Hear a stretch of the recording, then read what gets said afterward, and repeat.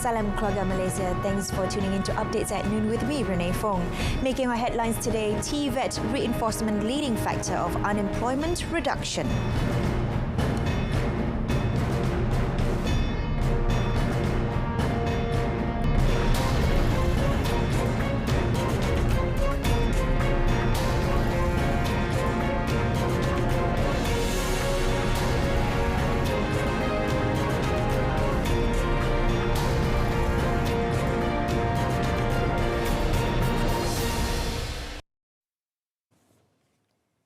The reinforcement of technical and vocational education and training TVET was one of the factors that leads to the decline of nation's unemployment rate from 4.1 to 3.1% as of April this year.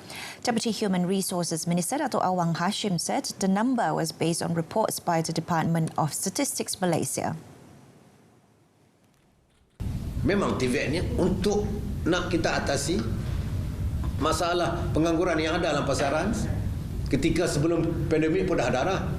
Selepas pandemik pun ada lagi. Masa pandemik memang orang tak kerja, banyaklah pengangguran. Ini yang kita nak sebutkan TVET akan mengurangkan masalah pengangguran dan juga mengatasi program-program yang telah dilaksanakan bagi tidak berlaku limpahan penganggur dalam pasaran dan begitu juga mereka-mereka yang terkesan ketika menghadapi pandemik COVID-19, ada yang berhenti kerja dan sebagainya. Inilah yang kita laksanakan. Jadi kalau kata nak mengatasi, nak mengurang, memang perkara itu dilaksanakan bagi kita mengatasi masalah mereka-mereka yang menghadapi pandemik COVID-19. He said this during media conference of 2022 North Region Tripartite Structured Dialogue in Alostar, Kedah. The program acts as a discussion platform between industry players, training institutions and related federal agencies in the Northern Region that aims to share ideas and opinions in strengthening skilled human capital as well as increasing marketability of TVET graduates. Terengganu will be the fourth state to develop the Electronic Land Administration System or e-Tanah after signing a concession agreement of the system with the federal government today. Energy and Natural Resources Minister Datuk Sri Takiyuddin Hassan said the development of the e-Tanah system for the state is expected to be completed in 2 years and will be in use by 2024 for a period of 12 years. Berbagai dasar dan program strategik telah direncanakan dan sedang dilaksanakan seiring dengan tuntutan kepesatan pembangunan serta cabaran masa kini. He said this at the e-Tanah System Concession Agreement signing ceremony between the federal government, Terengganu government and Puncak Tegap Sdn Bhd. Also present were Terengganu Menteri Besar Datuk Sri Dr. Ahmad Samsuri Mokhtar and Energy and Natural Resources Ministry Secretary General Datuk Rosli Isa. Datuk Sri Takiyuddin said the ministry aimed to complete the signing of the concession agreement with other states this year so that the development of the system in those states could start immediately. The Ministry of Domestic Trade and Consumer Affairs, KPDN-HEP, once again filed a request to the Finance Ministry to increase the allocation for the supply of subsidised 1 kilogram packet cooking oil. Previously, the ministry has applied for an additional 10,000 metric tonnes quota to overcome supply shortages in the market. According to Deputy Minister of Domestic Trade and Consumer Affairs, Datuk Rosul Wahid, it is important to increase the allocation following complaints by consumers on the shortages of 1 kilogram packet cooking oil. Kita merayu kepada MOF untuk tambah lagi sedikit untuk nak cukup kita cukup, tapi untuk semuanya dapat mengurangkan masalah kekurangan bekalan minyak ini di dalam market. Jadi kita sedang merayu kepada Kementerian Kewangan untuk tambah peruntukan kepada kita. Following the price hike of bottled cooking oil, consumers made subsidised 1 kilogram packet cooking oil as their main choice, causing shortages in the market. The Retail Sector Digitalisation Initiative Programme READY is expanded to Perlis, targeting Kuala Perlis folk to go cashless to reduce cash transactions.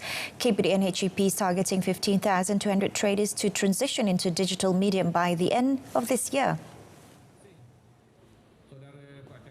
So far, 3,919 traders have transitioned into the digital medium following READY implementation in 6 locations, namely Putrajaya, Hulu Terengganu, Kapit, Pulau Pangkor, Labuan and Sandakan.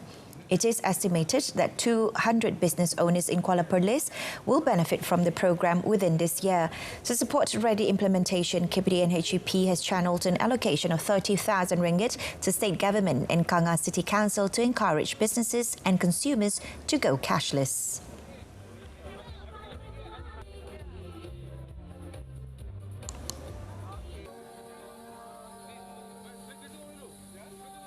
Keseluruhannya semua menggalakkan sebab selepas terlancar kita monitor dengan sedikit inisiatif yang kita bagi tu, contohnya RM20, RM30 kita pantau perbelanjaan mereka. Jadi kelima ke keempat tempat sekarang ni memang menggalakkan sebab every time kita monitor penggunaan ataupun keaktifan mereka dengan READY ini.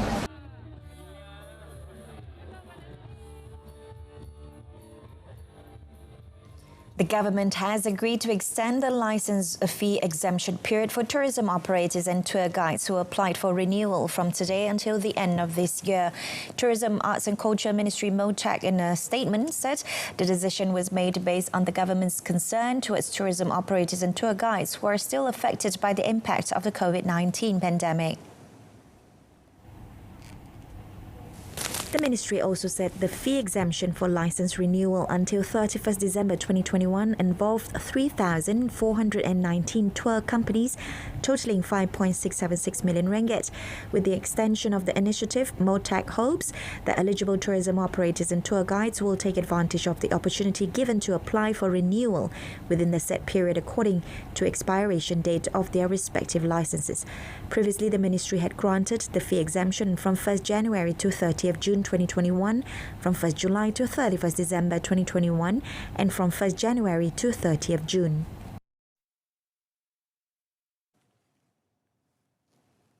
The government has made thoughtful consideration before appointing Tan Sri Muhammad Apandi Alis as chairman of the Special Task Force to review laws relating to the sovereignty over Pulau Batu Putih, Middle Rocks and South Ledge. Minister in the Prime Minister's Department for Parliament and Law, Datuk Sri Dr. Wan Junaidi Tuanku Jaafar stressed that no issues had arisen regarding the Cabinet's decision on 29th October 2021. Any objection on the appointment should have been raised and brought to government's attention earlier. Datuk Sri Wan Junaidi said it is impossible for him to act arbitrarily without any justification to remove Tan Sri Muhammad Apandi as the task force's chairman when the decision on his appointment was made by the cabinet. He added the task force has been carrying out its duties for 7 months and will continue until the completion of the interim and final reports. The special task force was formed with specific objectives to review and study the legal options for Malaysia, as well carrying out investigation relating to the withdrawal of the review application at the ICJ in 2018. A visit by Malaysian Indonesian Journalists Association ISWAMI continues to strengthen bilateral relation between Malaysia and Indonesia. The visit by the media delegation from the Indonesian chapter of the Malaysian Indonesian Journalists Association ISWAMI gave a true picture of the management of the foreign workers placement in Malaysia. Selangor State Development Corporation PKNS Senior General Manager Administration Saharum Mohni said the program helps to provide better understanding to overcome mutually beneficial issues for both countries. PKNS berharap delegasi dan ahli-ahli ISWAMI dapat memberi sokongan usaha-usaha kerajaan pusat dan negeri dalam mengharmoni rakyat kedua-dua negara. Yesterday, PKNS welcomed 20 Indonesian media representatives at the Foreign Workers Women's Hostel at Pangsapuri Sri Ayu in Bangi, Selangor. The hostel, which had been operating since 1998, houses about 1,000 factory workers around Bangi. Built specially for female workers only, has security guards to ensure safety and privacy of the occupants.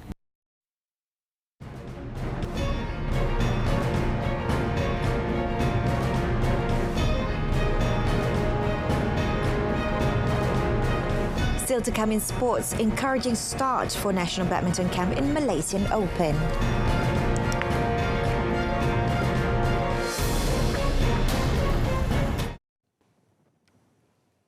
We begin our sports segment with the Malaysia Open. National men's singles ace shuttler Lee Zhi-Chia and world number 6 men's doubles pair Aaron Chia kicked off their challenge on the right foot at the Axiata Arena and stormed into the second round.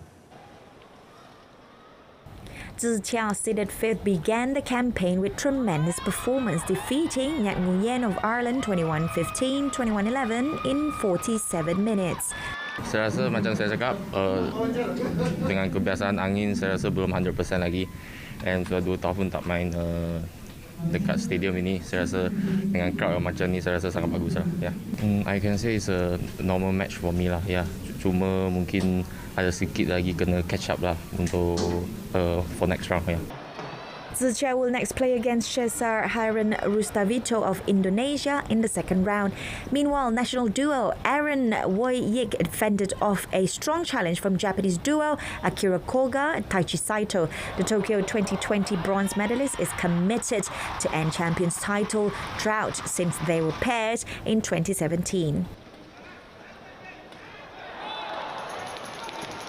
Alah, ini kalah. Mesti.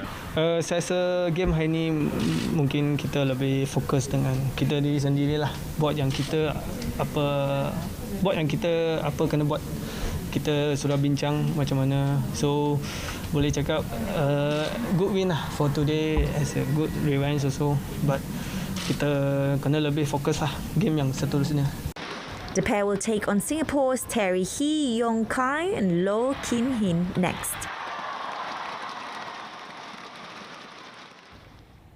Meanwhile, national number 1 women's doubles pair Pearly Tan and MT Na also qualified for the next round by beating Liu Xuanxuan and Xia Yuting of China 22-20 and 21-13. Pearly and Tina will play another pair from China, Zhang Shuxian and Zheng Yu, in their bid to reach the last 8. National young mixed doubles pair Chen Tangjie and Valerie Xiao showed an outstanding performance to pull off an upset over world number 16 Yuki Kaneko and Misaki Matsutomo of Japan with a 21-16, 14-21 and 21-10 victory after a 54-minute match.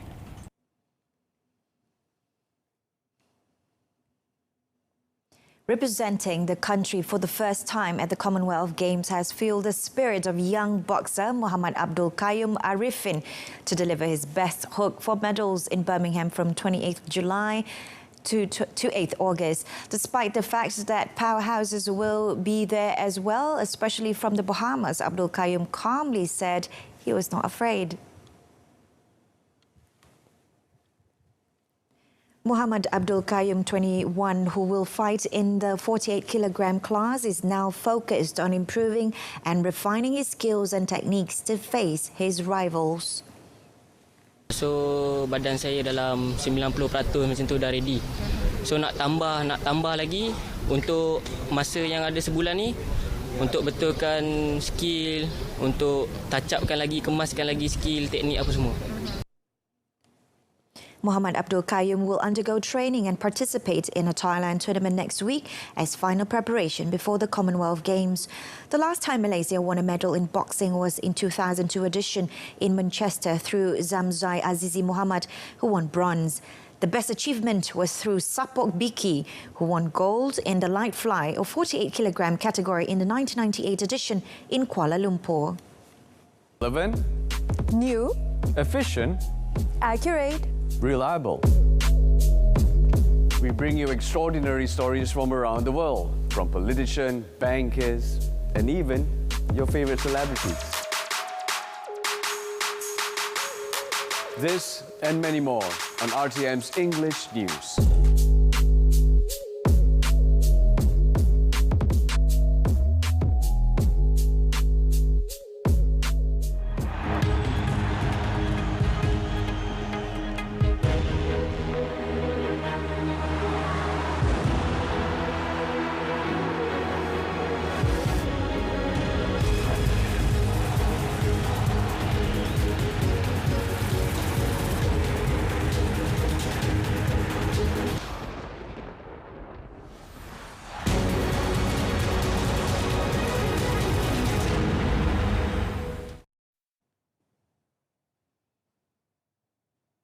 And that concludes today's edition of Updates at Noon.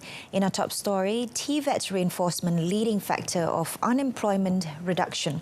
Don't forget to tune in to News at 10, coming up at 10 p.m. on RTM's News channel. Till then, I'm Renee Fong. Thank you for tuning in and have a pleasant afternoon.